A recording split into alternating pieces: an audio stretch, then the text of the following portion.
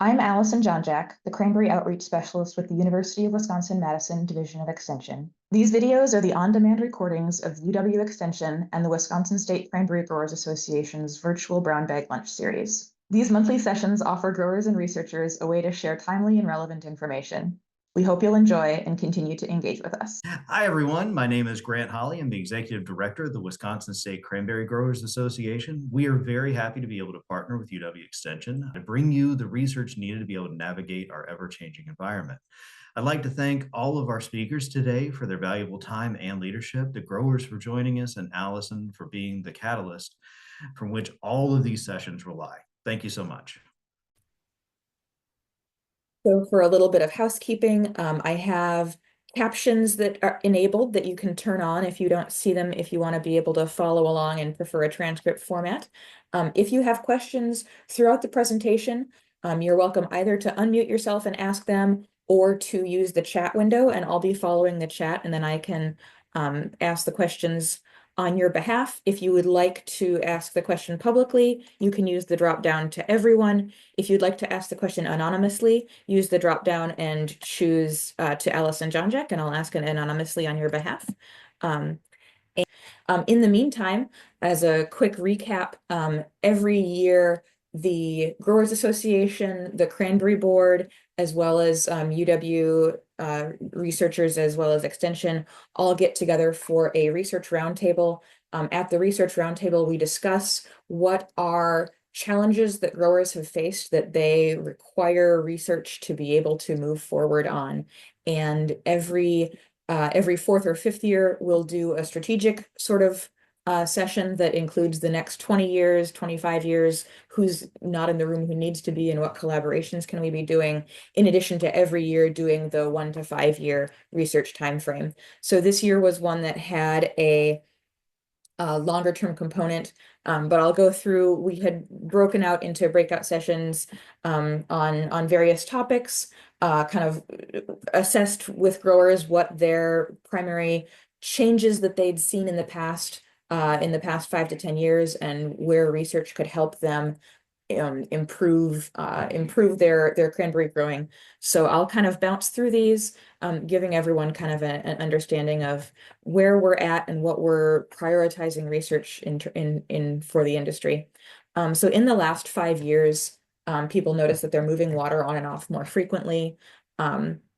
During spring and winter flooding, the ice is being made more thinly. It melts off earlier. The ice is thinner in general. They're seeing the application of more floods, but not necessarily for longer periods of time. But because of all of these additional flooding events, cost of multiple floods, whether that's labor, pump costs, depleting reservoirs, are all marsh dependent, but wanting to get good data on when floods are necessary, if we're seeing multiple flood events in a year compared to where we've previously been. What are the priorities there? Looking at changes in how flooding impacts the vines and buds and our production. Questions about the impacts of a wet spring on the releases of nutrients in soil. Questions that are almost more logistical about, if we had a short period of time and thin ice, how will we sand? In Wisconsin, sanding is primarily done over winter ice. And so we're probably for the next brown bag going to have actually a Massachusetts grower, a New Jersey grower, and an Oregon State grower have a grower panel on how they have been sanding, and basically sort of start to transfer that knowledge. And would be great. There we go. Also on the horticulture front, we are talking a lot about, in terms of research needs for flooding decisions, testing for oxygen in water, again, with moving water on and off more frequently, but also needing to understand whether the critical point for oxygen changes at different parts of the season. Concerned with environmental stressors, how to help plantings root in wet conditions. There were additional, we're using more nitrogen now following tissue samples and following our yields. And so you're making sure that that's understood fully. more work to be done with PK and micronutrients, as we kind of learned from Amaya's and Pedro's and Beth's research just presented today. There are still lots more things to know. Heat stress. Have we considered irrigation for cooling? For example, when temperatures are over 95 degrees, versus over irrigating in the morning to keep humidity up, but then you can have the knock-on fruit quality issues. So looking at the best ways to manage heat stress. And there are concerns about midday irrigation as well, having water in the pipes be too hot, or having to change your labor to have people out of the fields during the irrigation. Heat stress in young beds seems to be more pronounced than heat stress in established beds because of canopy. So requests that as research on heat stress are done, young beds are evaluated as well. Hail protection and flooding, of course, are ongoing. In our entomology world, we have our most challenging pests kind of remain fruitworm, because it's everywhere with its long flight window, and will need in the long term alternatives to Alticore to avoid the development of resistance. Flea beetle and reduced risk products against flea beetle. The newer products are more variable than the traditional products that we had used. And then commercial nematodes seem to be very effective, but across how many years can they be effective? We're hoping that the cost per acre can come down eventually. So continued research on those fronts. Our most valuable insecticides, Fanfare, new and big and bold and very effective. Alticore, of course, as our fruitworm treatment. Delegate is the logical backup plan for Fanfare, with obviously the bee restrictions, and then recalling that Intrepid can be alternated with Alticore to prevent resistance management. Pest pressure trends. Populations have stayed the same or decreased over the years in the past few years.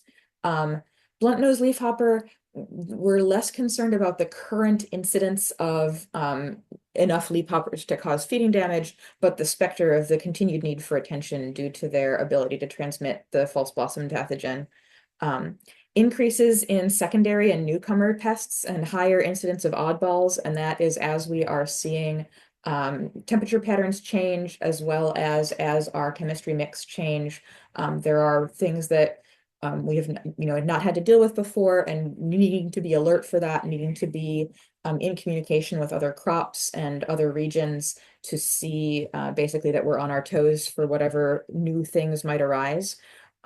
As always, and as usual, the loss of chemistries is a huge concern. We went over a little bit the current cost ranges for various insecticides. And then we also discussed a little bit about pollination. We had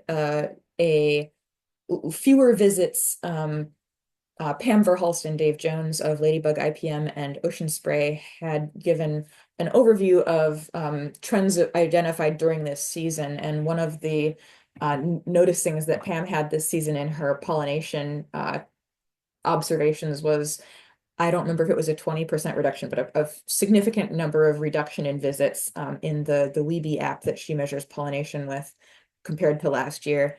So we discussed visit season length versus the season quality. Is there a pollination adequacy cutoff? Juan Zalapa already knew offhand. You need at least 5 to 10 seeds for fruit to be a viable, good harvestable fruit. And then looking at the seed quantity to fruit quality relationship are things that hadn't been formally looked at before, and so might bear some attention. On the pathogen front, some varieties are more sensitive to wet feet, and this is causing rot. So more work into that. How to help plantings root in wet conditions is a repeat from earlier in the horticulture section. Higher rot than normal for many in Wisconsin this year. Lots of variables, younger versus older. We expect rot in younger, but then it's in the older instead of in the younger. So what's causing the expression of the pathogen symptoms? Fungicide uses, seeing patterns of rot in beds kind of with or without their fungicide applications. So understanding again what's causing the disease expression. Lots of differences with what we see in the field. This year, pardon my spelling of Colotoxicum, but very aggressive infections during that bloom period this year. Management of moisture in the canopy and water management in general to work on reducing the expression of symptoms and kind of looking at our mindset. What if, if we're trying to control the fungi, what if instead we controlled the symptom expression triggers? Is a big focus of Leslie's SAME project. Factors that can be used to manage rot and predict when it will be higher. And again, that SAME grant includes some work on this that will be done upcoming. On the virus front, we have a lot of confusion and inconsistencies in current observations, differences in how the plants express the virus symptoms and wondering how we can disrupt that symptom expression. There's differences in varieties in terms of their virus susceptibility, so that's a lot of opportunity for collaboration between Leslie and Juan.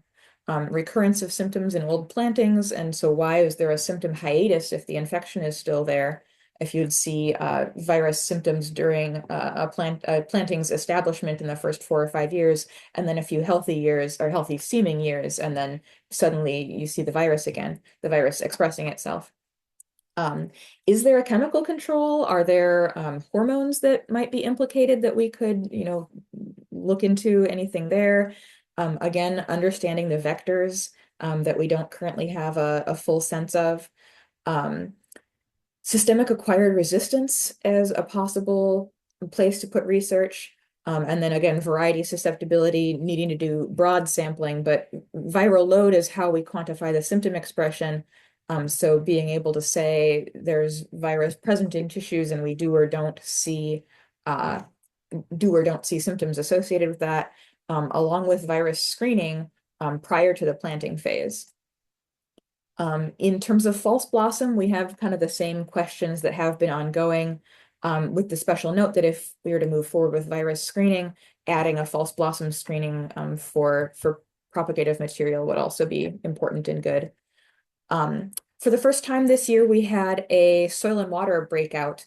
And so identified needs in that session were a published standard for water quality sampling, more published on phosphorus use efficiency and the fates of phosphorus within the cranberry bed, best management practices for discharge and erosion control, drainage, tile spacing effects. I say soil survey and it always makes me think of the Surgo soil surveys, but they were saying more about chemistry and micronutrients and understanding what's present. A lot of understanding to be done on flooding and irrigation that were kind of echoed back in the horticulture section, water education for growers, and then root depth in combo with soil type had a lot to do with water quality, nutrient availability.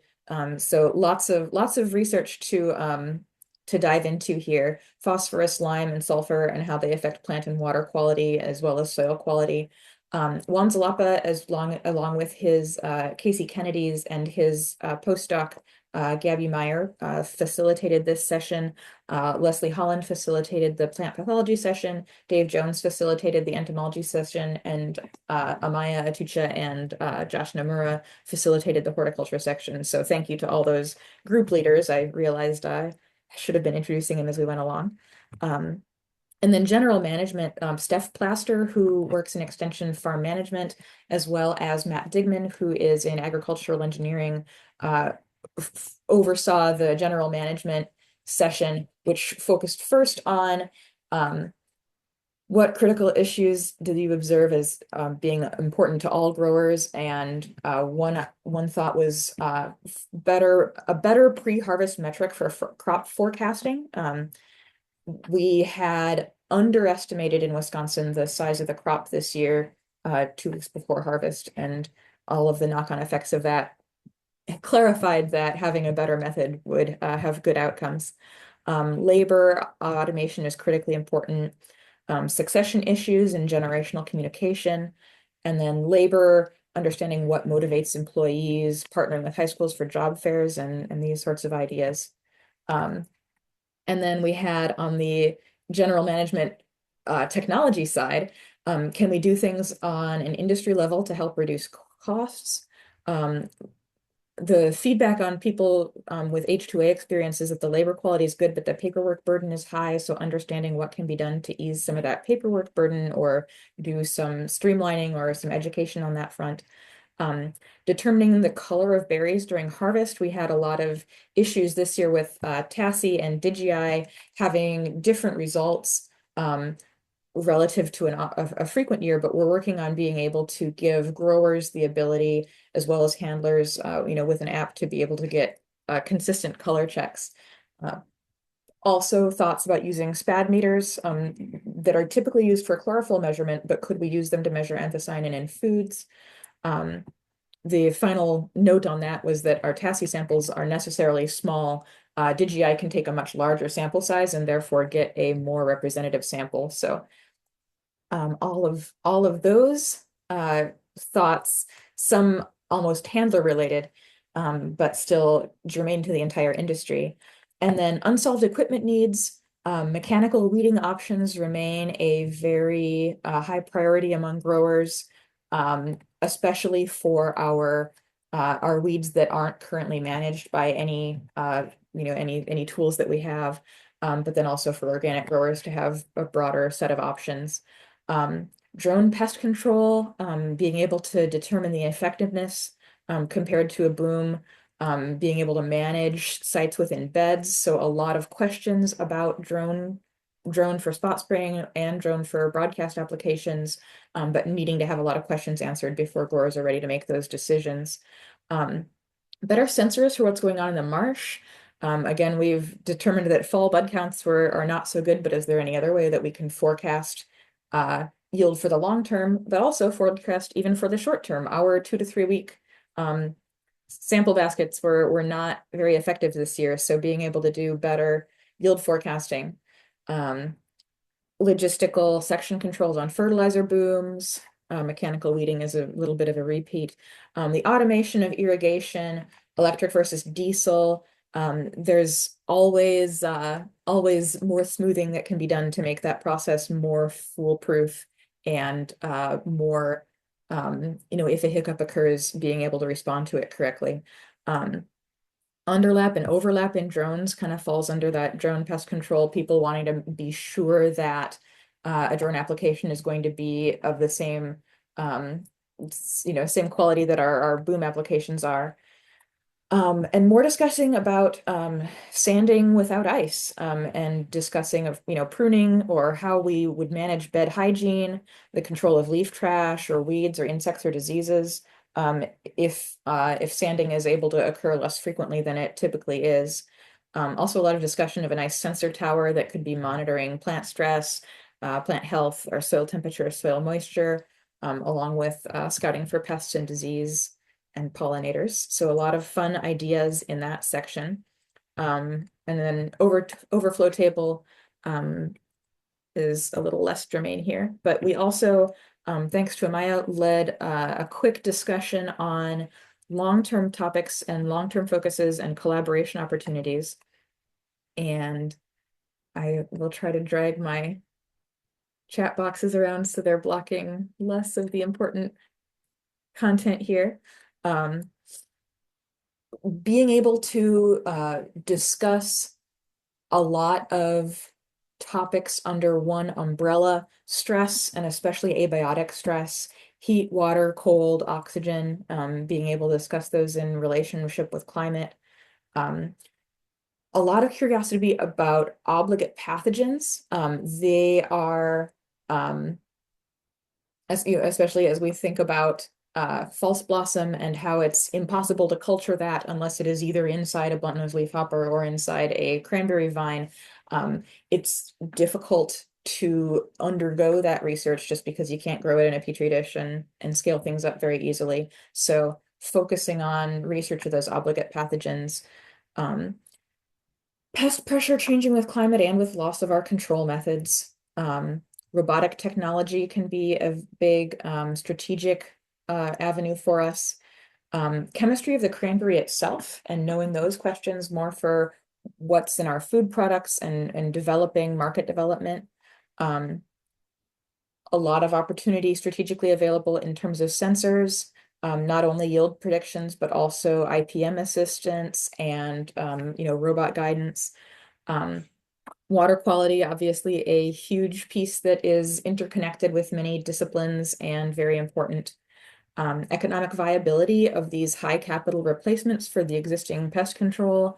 So being able, if we have laser weed zappers, to scale that technology to small scale growers. New products, market development, especially we've got tartness and sugar questions, but also broad and other non-food uses like pharmaceutical. Quantifying sustainability to meet our consumer demands. We need to have our answers be specific and research backed. Being able to discuss erosion, being able to discuss water, being able to discuss our, how precise our applications are with no off-target applications, discussing fates of nutrients. The comments were made that a lot of times consumer groups are very specific about what they want to hear in terms of sustainability, and we have good answers, but our good answers are qualitative rather than quantitative, and so getting numbers to support those, that would be a good thing. And then given loss of chemistries, this is kind of a bit on collaboration opportunities. Given our loss of chemistries, entomology projects in conjunction with other crops to get enough weight as a user group to be able to find solutions. Water use, again, very collaborative and very interdisciplinary. And so that was what we had come up with as our 2024 set of short-term and long-term strategic priorities to help our researchers develop their research plans for coming years, being able to bring those to the Cranberry Board and to other funding sources to show this is what our growers care a lot about. If there's anything that got missed from that list, I'm always happy to take more information and add that in. There's no wrong time to make a suggestion. If you have other questions, still follow up from Amaya's presentation, that is still here, or Amaya's still here. We can still have more questions on nutrient and water uptake into the berries. And after that, I'll just go through real quickly a couple of upcoming events. So our December virtual brown bag, we always have them the third Friday of the month from noon to 1 Central. Coming right out of the discussion at the Research Roundtable, we're going to have a grower panel that is John Mason of Massachusetts, Tucker Glenn of Oregon, and Mike Haynes of New Jersey to discuss sanding with low or no ice and what they have been doing, being able to have them discuss their practices, their up and downs, their pitfalls to avoid, and answer questions from growers. I'm really looking forward to that. I think it'll be a great discussion. And the 2025 Wisconsin Cranberry School is held, oh dear, January 15th and 16th, which is a Wednesday and a Thursday at the Wilderness Resort in Wisconsin Dells. And Anne will have sent out registration information for that. If you need more feedback, let me know. For the brown bag, I will be sending out an invite to register, and that is, of course, online, so everyone can attend. The Cranberry School is in person, and then one more in person will be Tuesday, February 4th. We have our annual nutrient management planning training. Growers are requested to take that every 4th year, but I have heard lately that we need to be doing more publicizing about that in case there are people who got hired on outside of their March's cycle. So that is open to everyone. That'll be at the Cranberry Research Station in Black River Falls. And so if you have any questions about those or haven't gotten your registration information, please let me know and I'll connect you. I want to give a huge thank you to Amaya for joining late and hopping on and going over that, I think, really important research on water and nutrient uptake. Thank you all for joining to hear about the research priorities.